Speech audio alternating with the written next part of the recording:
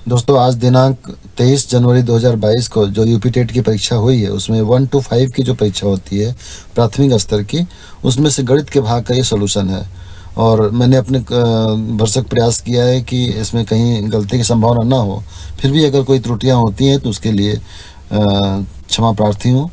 एक बात मैं यहाँ बोलना अवश्य चाहूँगा कि पिछले दिनों कुछ मॉडल पेपर हम लोगों ने सॉल्व कराए थे, और मॉडल पेपर जो भी सॉल्व कराए थे अभी कुछ दिनों पहले, उसमें 2018 का पेपर भी सॉल्व कराया गया था, 2017 पेपर भी सॉल्व कराया गया था।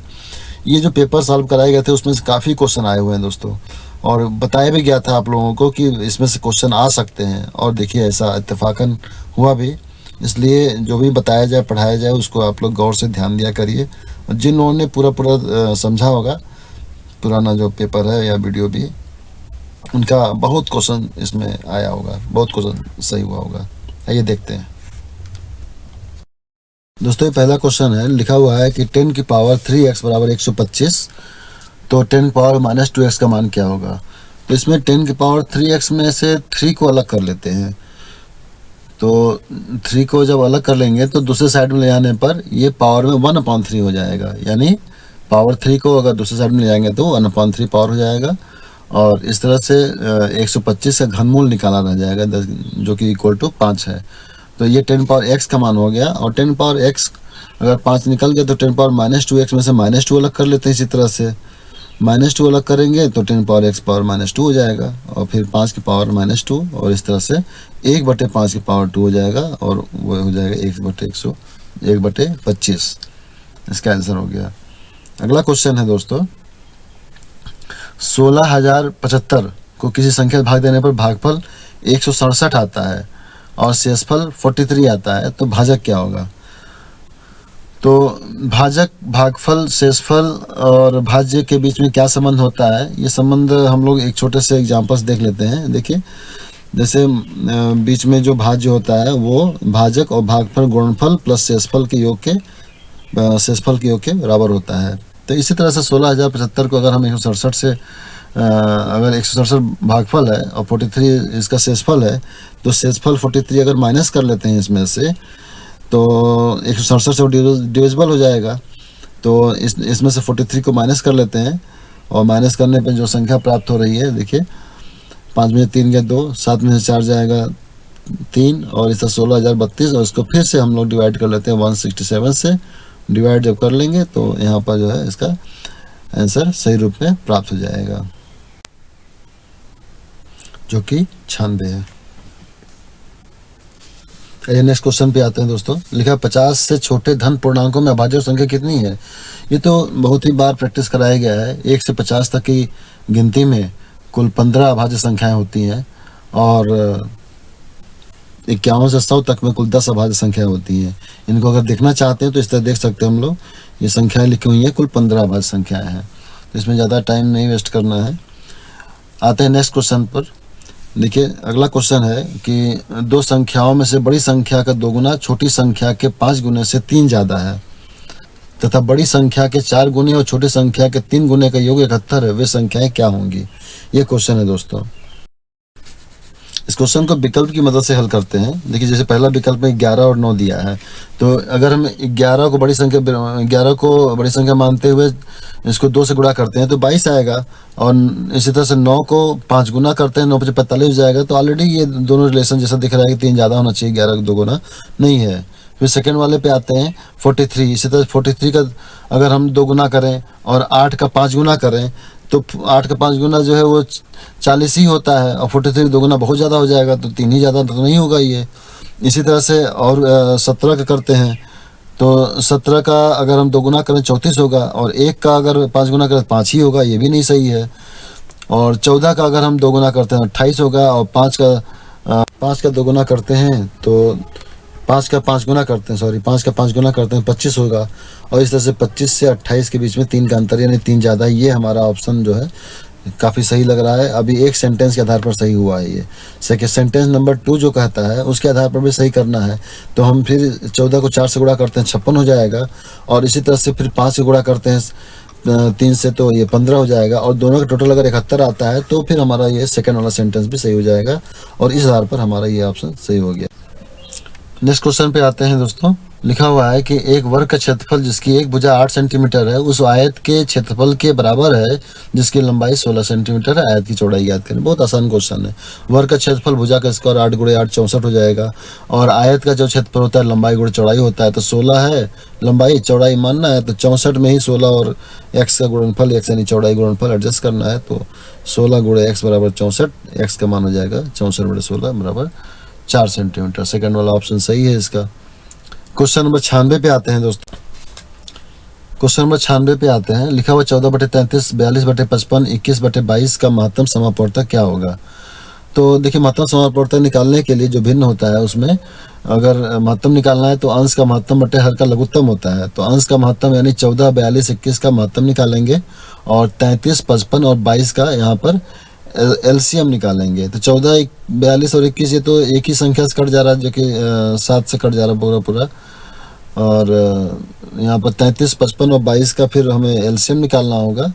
तो 33, 55, 22 का लघुत्तम निकालेंगे तो देखिए 33, 55 और 22 ये संख्याएं जो है पूरी तरह से 11 से पूर्णतः भाज्य हैं। तो 11 से काट दिया जाएगा इनको, 11 से 11 3 33, 11 5 55, 11 दूना 22, और फिर इन सबको चारों गुणा कर लिएगा, 5 दूना 10, 33, 11 33, 330 आ जाएगा। तो 7 बटे 330 होगा। ये सेकंड वाला ऑप्शन सही है, इसमें 7 बटे 330 हो जाएगा।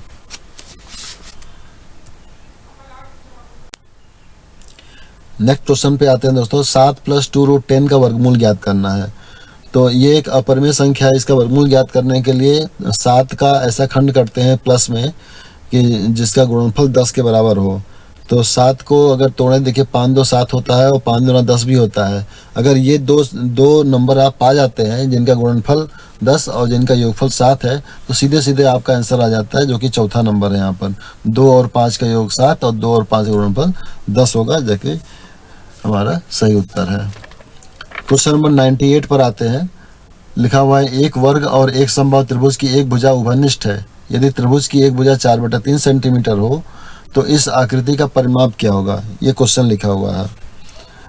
तो वर्ग और समबाहु त्रिभुज एक में एक भुजा उभयनिष्ठ है। उभयनिष्ठ भुजा देने का मतलब सिर्फ इतना ही है कि दोनों की भुजाएं बराबर हैं। आप इस क्वेश्चन में देखिए परिमाप निकालना है, तो परिमाप यानी कि पूरा आउटर जो लाइन है उसी का टोटल निकालना है। तो आउटर लाइन में वर्ग की 3 ही भुजा आ रही है, 3 भुजा वर्ग की आ रही है और 2 भुजा त्रिभुज की आ रही है, यानी 5 भुजाएं कुल आ रही हैं। तो 5 से गुणा कर देंगे, हमारा आंसर आ जाएगा। देखिए 5 × 20 बटे 3, 6 × 2 बटा 3 इसका उत्तर आ जाएगा। आइए नेक्स्ट क्वेश्चन पे आते हैं दोस्तों। अगला क्वेश्चन लिखा हुआ है, निम्न में से कौन सी संख्या 99 से विभाजित होती है। देखिए 99 का विभाज्यता जांच हमारे किताबों में नहीं मिलता है। इसके लिए हमें करना क्या पड़ता है, 99 का खंड कर लेते हैं। 11 × 9 में इसका खंड हो जाएगा। तो 99 चूंकि 11 और 9 के गुणनफल से बना हुआ है, इसलिए जो संख्या 11 से भी कटेगी और 9 से भी कटेगी, वह संख्या 99 से भी पूरी तरह से कट जाएगी। तो 11 का भी हम लोग पहले से जानते हैं और 9 का भी जानते हैं। 9 के लिए क्या करते हैं, 9 का जांच ये है कि टोटल 9 से कटना चाहिए। तो अगर हम पहला वाला देखें 1 3 5 7 9 2, तो टोटल 9 से कट रहा है। लेकिन 11 के विभाज्यता जांच में यह नियम होता है कि सम स्थानों और विषम स्थानों पर स्थित अंकों के योग का अंतर 0 या 11 का कोई गुणज होना चाहिए। तो इस तरह से हम देखें तो 1 5 9 इनका टोटल करें और 3 7 2 का टोटल करें और उसका अंतर निकालें, वो हमारे बराबर नहीं आता है। तो अगर हम देखें तो सेकेंड वाले ऑप्शन पे 1 1 4 3 4 5 इनका अगर टोटल करते हैं तो ये 9 से डिविजिबल है, और इनके 1 4 और 4 इनका टोटल अलग कर लें, और फिर 1 3 5 का टोटल अलग कर लें, वो भी 9 है, वो भी 9 है, दोनों 9 को माइनस कर लेते हैं, 0 आ जाता है।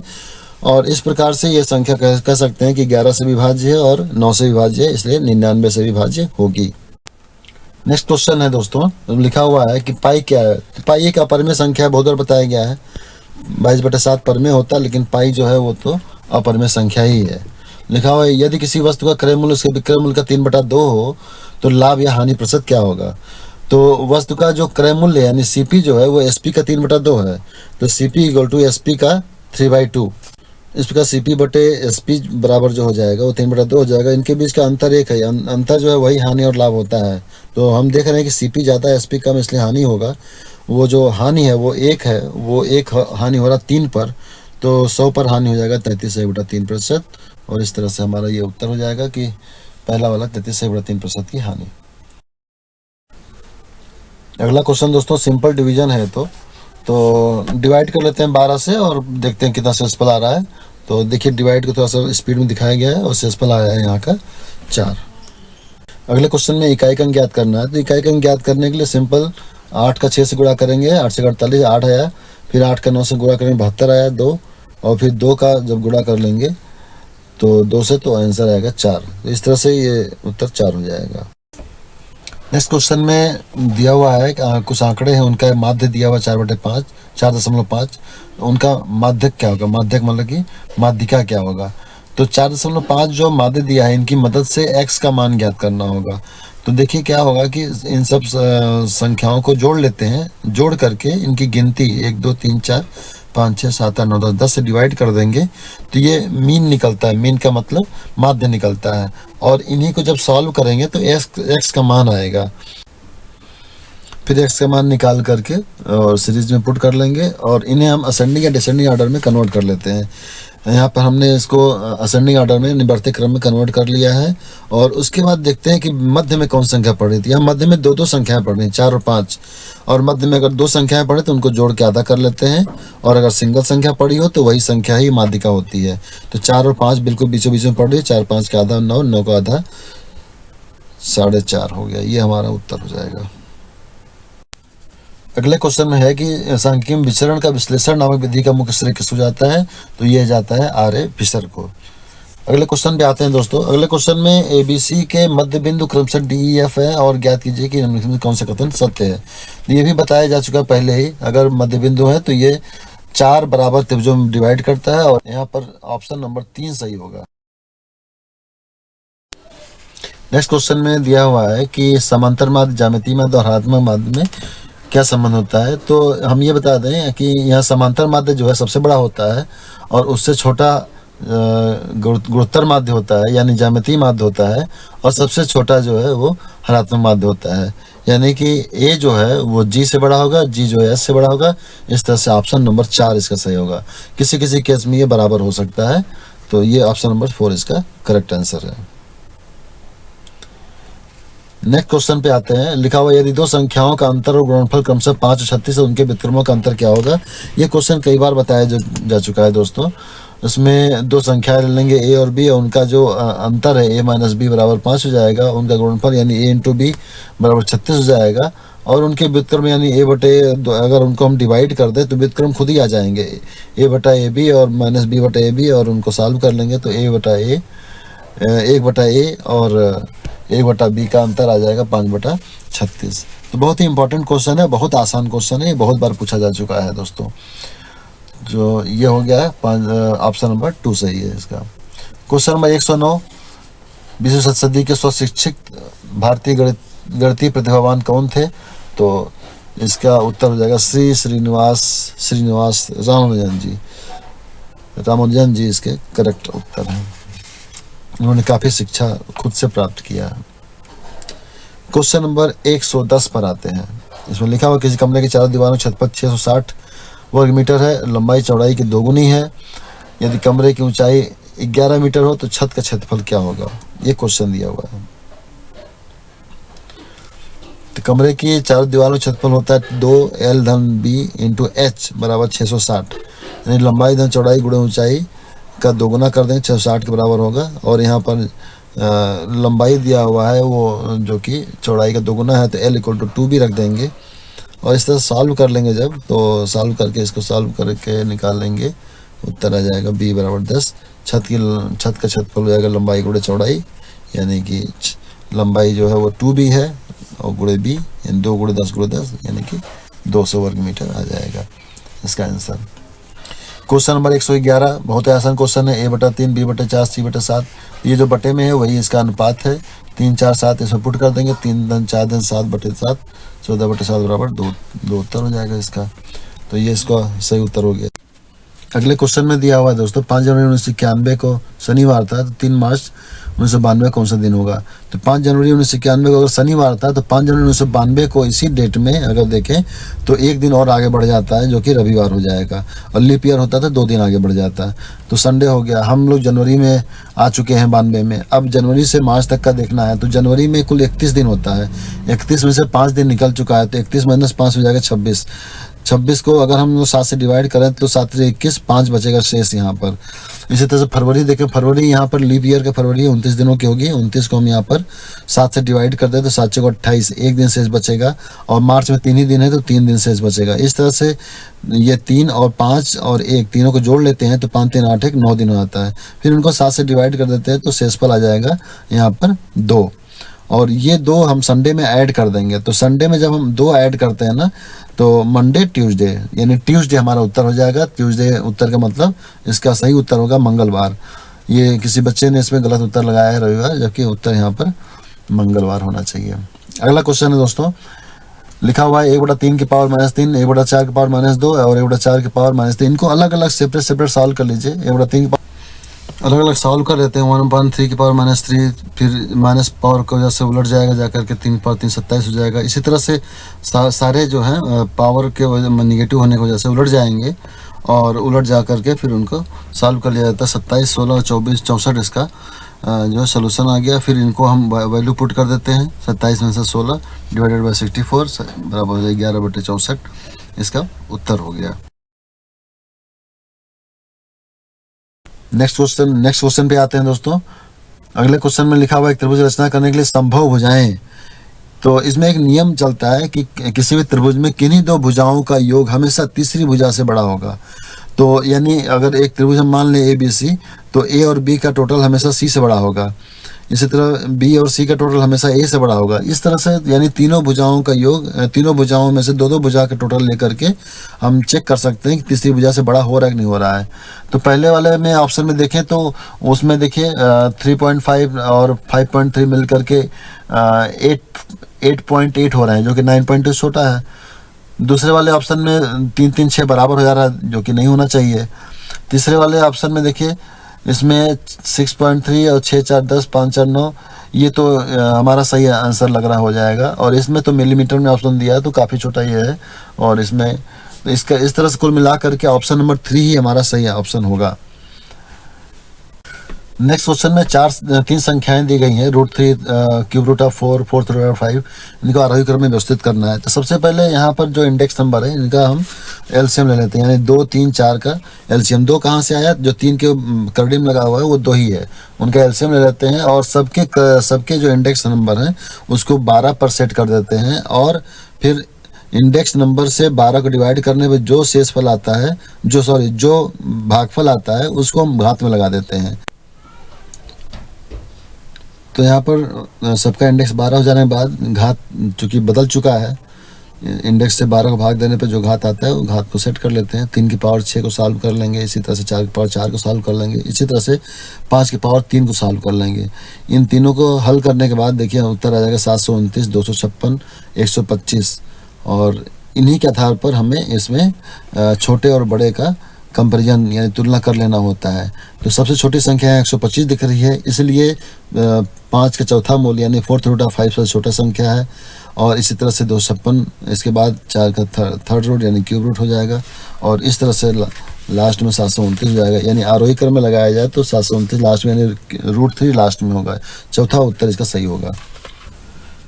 दोस्तों क्वेश्चन नंबर 116 दिया हुआ है, यदि आरोही क्रम में रखे गए आंकड़ों के दोनों छोरों से प्रेक्षण हटाए जाते हैं तो केंद्रीय प्रवृत्ति के कौन से मापक प्रभावित होते हैं।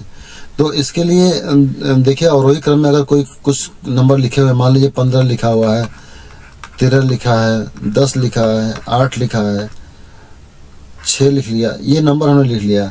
लिखा हुआ कि दोनों छोरों से अगर नंबर हटाए जाते, प्रेक्षण हटाए जाते हैं, दोनों छोरों से यानी यहाँ से और इधर से अगर हटा दिए जाते हैं तो कौन से मापक हैं जो प्रभावित होंगे, कौन से मापक प्रभावित होंगे। तो देखिए सबसे बड़ी बात है कि कौन कौन से ऐसे नंबर हैं जो इन पे डिपेंड है। यानी माध्य अगर निकालना हो, इनका माध्य निकालना हो, तो माध्य निकालने के लिए इनको जोड़ करके 5 से डिवाइड करना होगा, तो वो तो प्रभावित हो ही जाएगा, क्योंकि 15 और 6 हट जाएंगे तो प्रभावित हो जाएगा वो। फिर उसके बाद बहुलक जो है, बहुलक भी प्रभावित हो जाएगा, क्योंकि हो सकता है कि 15 ही इसमें कई बार आ रहा हो, 6 कई बार आ रहा हो, तो बहुलक प्रभावित हो जाएगा। लेकिन अगर लेकिन अगर माध्यक की बात करें, माध्यक यानी माध्यिका की बात करें, तो माध्यिका जो होता है वो बीचों बीच में नंबर होता है, वही माध्यिका होता है। यानी अवरोही या आरोही क्रम में लगा दिया जाए और बीच में जो संख्या मिलेगी वही माध्यिका होती है। तो अगर हम किनारे से इनको हटा भी देते हैं तब भी इसकी माध्यिका 10 है, और यहाँ पर रखने के बाद भी माध्यिका 10 ही आएगी। तो इस तरह से हमारा जो माध्यिका है वो कुल मिला करके प्रभावित नहीं होगा। तो इसमें देखें, इसमें लिखा हुआ है माध्य और माध्यक, ये भी गलत है। बहुलक और माध्यक ये दोनों प्रभावित होंगे, ये भी गलत दिया हुआ है। माध्य और बहुलक यही वाला है, यानी ये दोनों हैं जो कि प्रभावित होंगे, ये दोनों प्रभावित होंगे, यानी कि जो फोर्थ ऑप्शन है यही सही है। मीन एंड मोड यही दो नंबर, ये दो मापक है, प्रभावित होंगे और माध्यिका प्रभावित नहीं होगी। इसका ऑप्शन कई जगह पर कई तरीके से दिया होता है, लेकिन मेरे हिसाब से यही उसका उत्तर सही है। क्वेश्चन नंबर 117 पे आते हैं। 5 सेंटीमीटर बाजू वाले एक घन है जिसके सभी फलकों पर रंग लगाया गया है और 1 सेंटीमीटर के घनों में काटा गया है। तो इस तरह से 1 सेंटीमीटर वाले कितने घनों में केवल एक ही फलक पर रंग होगा। तो इस क्वेश्चन को पिछले एग्जाम्पल में, पिछले वाले कह सकते हैं कि वीडियो में अच्छी तरह समझाया गया था। अगर आप लोगों ने देखा होगा तो ये चीज़ क्लियर हो जाता है कि कैसे कैसे ये जो है क्वेश्चन लगता है।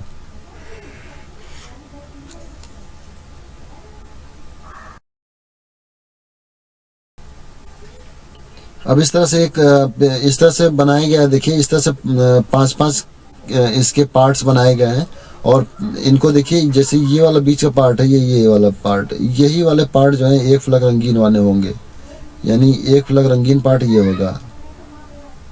यहाँ पर कुल 9 घन है, और इन 9 घनों को हम 6 से गुणा कर दें, क्योंकि 6 पृष्ठ होते हैं। यहाँ पर 9 घन एक पृष्ठ में, तो 6 घन में 6 पृष्ठ में 9 से 54 यहाँ पर हमारे पास हो जाएंगे।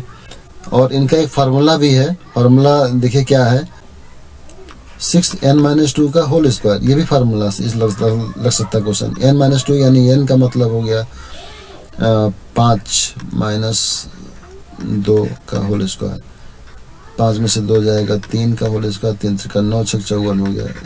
यहाँ पर जो 5 आया दोस्तों, ये 5 सिर्फ सिंपल 5 नहीं है, 5 को 1 से डिवाइड करने में जो 5 आता है वो 5 है। 1 क्या है, 1 सेंटीमीटर की भुजाओं में काटे गए हैं। ये हो गया यहाँ पर इसका विस्तृत जो है डिटेल। अगला क्वेश्चन है कि पंचभुज के अंतःकोणों के योगफल क्या होगा। तो पंचभुज एक 5 भुजाओं की बंद आकृति होगी, और इसके अंतःकोणों के योगफल निकालने के लिए एक आसान तरीका है कि किसी भी शीर्ष को पकड़ करके, यानी किसी भी शीर्ष से हम अन्य शीर्षों को मिलाकर त्रिभुज बनाते हैं और देखते हैं कि कुल कितने त्रिभुज बन पाए हैं। जितने त्रिभुज बनेंगे उनको 180 से गुणा कर देंगे। जैसे यहाँ पर कुल 3 त्रिभुज बन पाया है, तो एक त्रिभुज के अंतःकोणों के योगफल 180 अंश होता है, तो 3 त्रिभुज के अंतःकोणों के योगफल 180 × 3 बराबर 540 अंश हो जाएगा। ये उसका सही उत्तर होगा।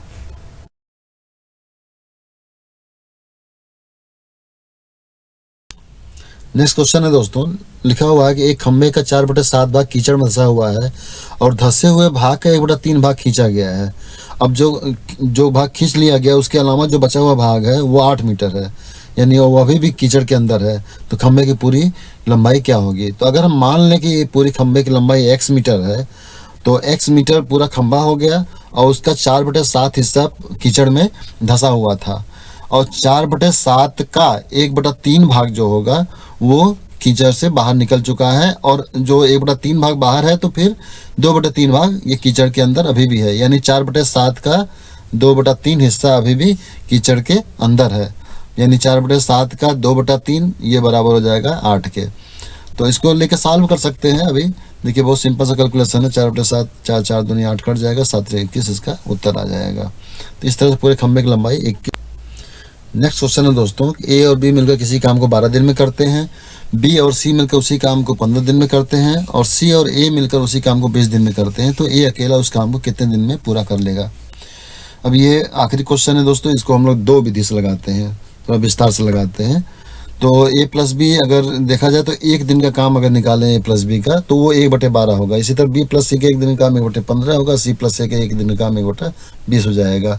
और तीनों को अगर जोड़ दिया जाए तो देखा जाएगा कि 2 बार a आया है, 2 बार b आएगा, 2 बार c आएगा, इसलिए तीनों जोड़ करके 1/2 हम लोग लास्ट में कर देंगे। इससे a + b + c के 1 दिन का काम निकल जाएगा। अगर हम 2 भाग नहीं देंगे तो वो डबल निकलेगा, और इस तरह से एलसीएम इसका 60 हो जाएगा और फिर इनको सॉल्व कर ले रहे हैं। सॉल्व करके देखते हैं कितना आता है। 5 4 9 3 12/60, 12×5 = 60, 1/5 और 1/10, ये उत्तर हो जाएगा।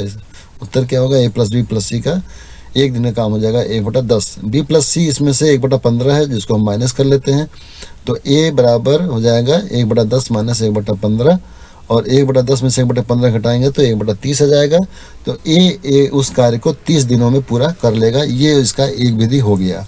एक विधि और देख लेते हैं। इस विधि में हम लोग उसको यूनिट में कन्वर्ट करके लगाते हैं क्वेश्चन। इस विधि में करते क्या है कि a + b 12 दिन लगाता है, b + c 15 दिन लगाता है, c + a 20 दिन लगाता है। तो इस तरह से चीज़ वही होता है, बस इसको लिखने का तरीका बदल जाता है। तो देखिए कैसे करते हैं। b + c 15 दिन हो गया, c + a हो गया 20 दिन। तीनों के एलसीएम ले लेते हैं 60, और 12 से 60 को डिवाइड करेंगे 5 बार जाएगा, 15 चौका 60 4 बार, और 20 60 3 बार, 5 4 9 3 12, तीनों को जोड़ देते हैं 12 आ जाएगा। यानी ये हो गया 2a 2b 2c मिल करके 12 यूनिट काम करते हैं। तो a + b + c मिल करके 12/2, यानी 12 को 2 से डिवाइड करते हैं, 6 यूनिट काम करेंगे। इस 6 यूनिट काम में जो b + c है वो 4 यूनिट काम करता है। तो b + c जो है वो 4 यूनिट काम कर, 4 घटा देंगे तो 1 आ जाएगा 2। ये 2 यूनिट काम करता है, 2 यूनिट काम करता है, 2 यूनिट। तो वो जो है उस काम को पूरा करने के लिए 30 दिन समय लेगा। 2 यूनिट काम करने के लिए 60 दिन लेता है, तो एक काम करने के लिए 30 दिन लेगा। ये इसका है पूरा। दोस्तों, इस YouTube वीडियो को अधिक से अधिक शेयर करें, जिससे बहुत से बच्चों को लाभ मिल सके। बहुत सारे बच्चे अभी वंचित हैं, और जो ज़रूरतमंद है उन तक अगर आप बात पहुंचाते हैं तो निश्चित रूप से इसका कहीं न कहीं पुण्य आपको मिलेगा। बहुत बहुत धन्यवाद आपका।